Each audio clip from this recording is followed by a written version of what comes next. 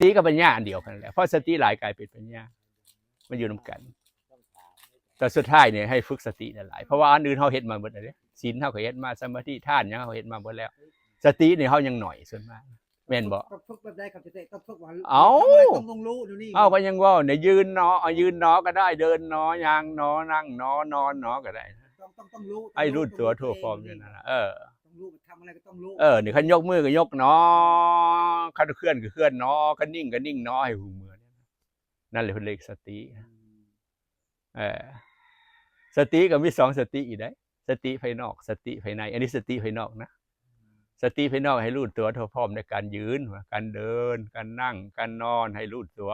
คันบ่ฮู้เมื่อยังการยืนเดินนั่นแหละเพิ่นห้องหลงเพิ่นห้องขาดสติแล้วย่างไปแล้วจักไปฮอดใส่ฮอดไปฮอดกุฏิแล้วจะฮู้เมื่อโอ้จักกูย่างมายามใดเพราะว่าบางเทื่อนั่งขี่อยู่กับปู้ไปขึ้นอยู่จักกูขี่ยามใดอันนั้นเขาเจ้าบ่มีสติกินอยู่ก็จักกินอยู่ปากกินเสยแต่ว่าใจให้อยู่ทางอื่นนั่นแหละเขาเจ้าไม่มีสติเพิ่นจะให้เป็นปัจจุบันรู้อยู่ว่ากินอยู่คิดกับฮู้เมื่อว่าคิดอยู่เบิ่งอยู่นั่นแหละเพิ่นเรียกสติอันนี้เจ้าขาดหลายแม่นบ่อันนี้แหละตัวนี้แหละตัวทำให้เป็นอริยะแต่สติพี่นะทำให้เป็นอริยะกินกาแฟหลายมันไม่เกี่ยวจริงว่าอันนั้นมันคนละเรื่องนะมันเป็นเรื่องธาตุขันธ์